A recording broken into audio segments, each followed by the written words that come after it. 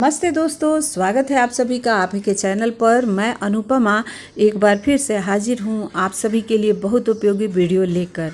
तो दोस्तों, आज है 18 सितंबर और आज से पितृगण इस धरती पर आना शुरू हो गए हैं, क्योंकि आज से पितृपक्ष शुरू हो गया है। पितृपक्ष से संबंधित बहुत सारी महत्वपूर्ण जानकारियाँ मैं आपको देने वाली हूँ इस वीडियो में।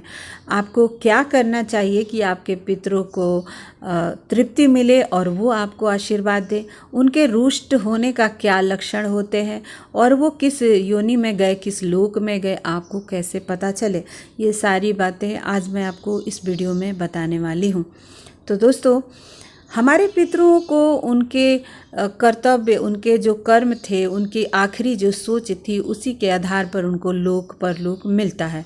जीवन भर उन्होंने जो भी करा, मृत्यु के समय जो उनकी सोच थी, उसी के आधार पर उनको नए लोक मिलते हैं, नए जीवन का निर्माण उनका होता है। कोई दोबारा जन्म लेकर आ जाता है क्योंकि उसकी ख्वाहिश होती है दोबारा आने की। किसी को पितृलोक मिलता है, किसी को मोक्ष मिल जाता है, तो किसी को स्वर्ग मिल जाता है और किसी को प्रेत योनि मिल जाता है।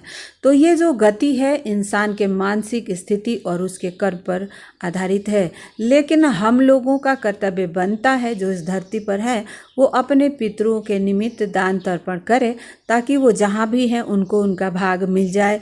ऐसा गीता में खुद श्री कृष्ण जी कहते हैं कि पितरों के निमित्त जो भी दान तर्पण किया जाता है वो उन्हें मिल जाता है। और अगर उनको मोक्ष मिल गया है तो भी, और स्वर्ग में है तो भी, हवा पानी जल ये सब बनकर, 5 तत्व बनकर उन तक पहुंच जाता है। तो दोस्तों, जब हमारे पितृ स्वर्ग में चले जाते हैं तो वो कभी भी हमें स्वप्न में नहीं आते, और कभी आएंगे तो वो हमें आशीर्वाद देने आते हैं। पितृलोक से भी हमारे पितृ आशीर्वाद देने ही आते हैं, हमसे कुछ मांगते नहीं हैं।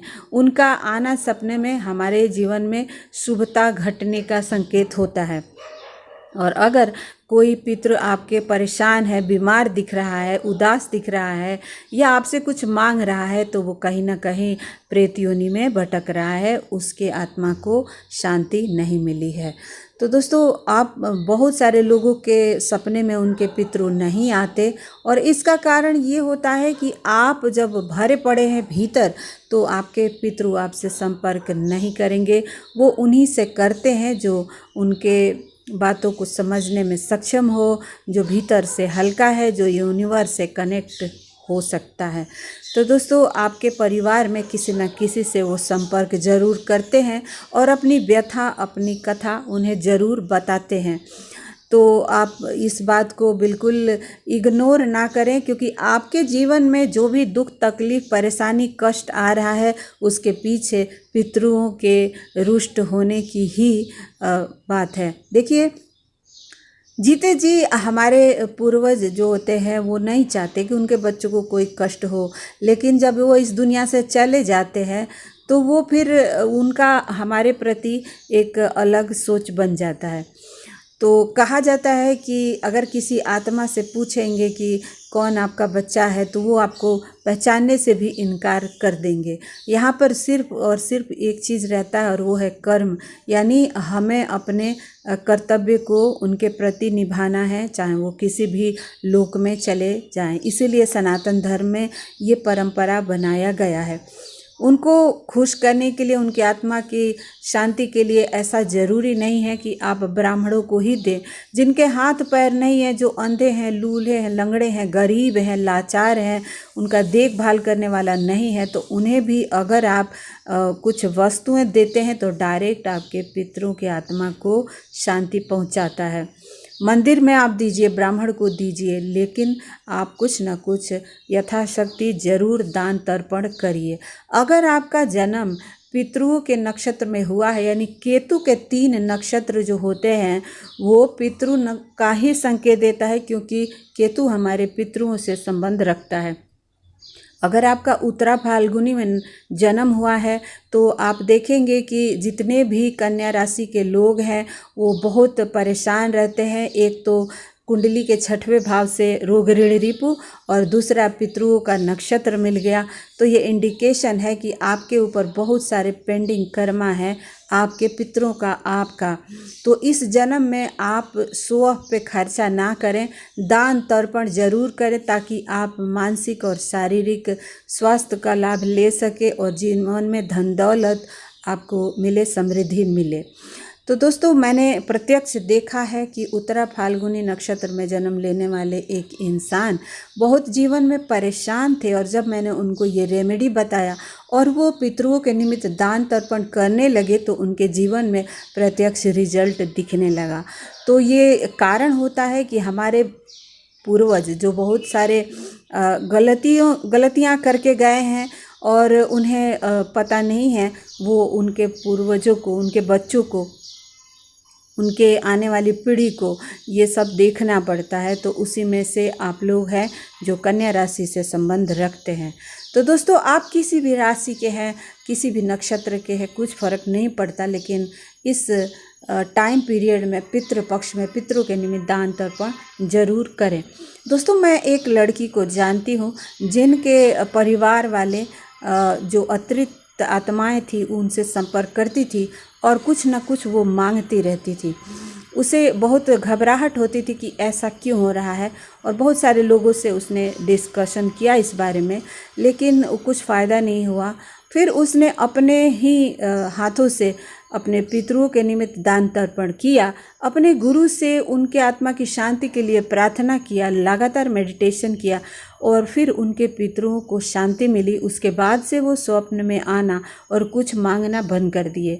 तो ये मेरे जीवन के बहुत सारे अनुभव हैं जो आसपास मैं देख रही हूँ लोगों को करते हुए, उन्हें आराम मिल रहा है, जो मैं आप लोगों के साथ साझा कर रही हूँ। तो दोस्तों, कहते हैं कि भगवान अपना आशीर्वाद देने में थोड़ा देरी कर सकते हैं, लेकिन हमारे पितृ बिल्कुल देरी नहीं करते हैं। आप एक हाथ देंगे तो दूसरे हाथ से आपको रिजल्ट दिखाई देगा, जीवन में परिवर्तन आएगा, पितरों का आशीर्वाद मिलेगा। बहुत सारा कर्ज है, बीमारियां हैं, घर से पैसा बीमारियों में जा रहा है, केस मुकदमा, संतान नहीं हो रहा है, शादी नहीं हो रहा है बच्चों का, घर में शुभता नहीं हो रही है, ज़मीन जायदाद सब इधर उधर फंसे हैं। तो ये सारी चीज़ें दिखाता है कि पितृ हमारे अतृप्त हैं और उनके आशीर्वाद की कमी है। जिस घर में पितरों का आशीर्वाद है वहाँ पर सब कुछ बहुत ही स्मूथली चलता है और बहुत जीवन सरल हो जाता है। तो दोस्तों, गणेश पूजा के बाद पितृपक्ष आता है, उसके बाद नवरात्रि आता है, उसके बाद त्यौहार शुरू होते हैं। तो कहा जाता है ना कि जो दुनिया बाहर है वो भीतर भी है। तो ये गणेश जी जो है वो हमारे एनर्जी चैनल के द्वारपाल हैं, और जैसे ही द्वारपाल यानी गणेश जी हटते हैं, पृथ्वी तत्व से जल तत्व में जाते हैं, क्योंकि मूलाधार चक्र पृथ्वी तत्व है और उसका आगे वाला चक्र जल तत्व है। तो हम लोग गणेश जी को पृथ्वी तत्व से उठा के जल तत्व में डालते हैं और फिर पितरों के आने के लिए जगह बनता है। हमारे जो 7 चक्र है उसका सबसे आखिरी चक्र के ऊपर गणेश जी बैठे होते हैं, उनके हटते ही ये सारी चीज़ें शुरू होती है। तो ये जो भीतर चीज़ें हो रही है, बाहर हो रहा है, वो सब हमसे ही संबंध रखता है और कुछ इस तरह से सनातन धर्म में इसके बारे में बताया गया है। तो दोस्तों, आप अगर कुछ भी नहीं कर सकते तो आप गीता का पाठ जरूर करिए अपने पितरों के निमित्त, और संकल्प ले लीजिए कि आप अपने पितरों के लिए कर रहे हैं। हर रोज़ अगर आप एक अध्याय का पाठ करते हैं तो पितरों को जरूर मिलेगा, और ये भगवान श्री कृष्ण ने खुद ही कहा है। तो आज का वीडियो आपको कैसा लगा बताइएगा ज़रूर। मेरे अपने निजी अनुभवों के आधार पर भी बहुत सारी बातें मैंने आप लोगों के साथ साझा किया है, और अगर आप कुछ बताना चाहते हैं तो ज़रूर बताइएगा। अपना कमेंट सेक्शन में अपनी राय ज़रूर दीजिएगा। मिलते हैं एक नए विषय के साथ, तब तक के लिए मुझे दीजिए इजाज़त। Thank you so much. पितरों के निमित्त दान तर्पण करना मत भूलिएगा, ताकि आपको डॉक्टर को पैसा ना देना पड़े, क्योंकि जैसे ही आप इन सभी जगहों पर खर्चा शुरू करते हैं आपके पैसे व्यर्थ में खर्च नहीं होते हैं। तो चलिए मिलते हैं नए विषय के साथ। Thank you so much for watching. सर्वे भवन्तु।